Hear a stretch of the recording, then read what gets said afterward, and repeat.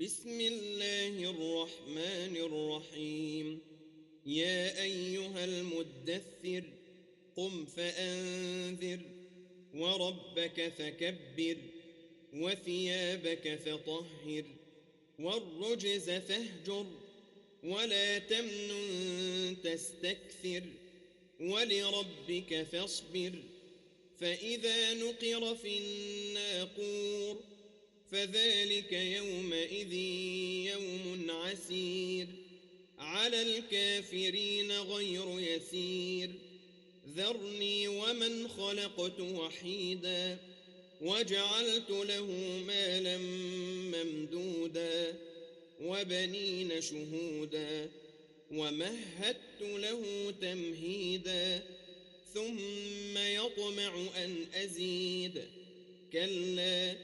إنه كان لآياتنا عنيدا سأرهقه صعودا.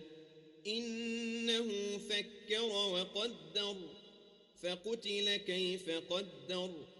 ثم قتل كيف قدر ثم نظر ثم عبس وبسر ثم أدبر واستكبر فقال إن هذا إلا سحر يؤثر إن هذا إلا قول البشر سأصليه سقر وما أدراك ما سقر لا تبقي ولا تذر لواحة للبشر عليها 19 وما جعلنا أصحاب النار إلا ملائكة وما جعلنا عدتهم إلا فتنة للذين كفروا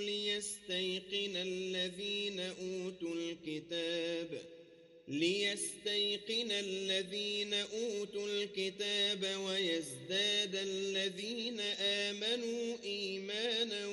ولا يرتاب الذين أوتوا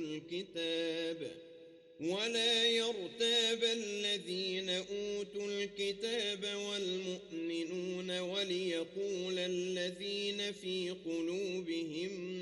مرض والكافرون ماذا أراد الله بهذا مثلا كذلك يضل الله من يشاء ويهدي من يشاء وما يعلم جنود ربك إلا هو وما هي إلا ذكرى للبشر. كلا والقمر والليل إذ أدبر والصبح إذا أسفر إنها لإحدى الكبر نذيرا للبشر لمن شاء منكم أن يتقدم أو يتأخر كل نفس بما كسبت رهينة إلا أصحاب اليمين في جنات يتساءلون عن المجرمين ما سلككم في سقر قالوا لم نك من المصلين ولم نك نطعم المسكين وكنا نخوض مع الخائضين وكنا نكذب بيوم الدين حتى أتانا اليقين فما تنفعهم شفاعة الشافعين فما لهم عن التذكرة معرضين كأنهم حمر مستنفرة فرت من قسورة بل يريد كل امرئ منهم أن يؤتى صحفا منشرة كلا بل لا يخافون الآخرة كلا إنه تذكرة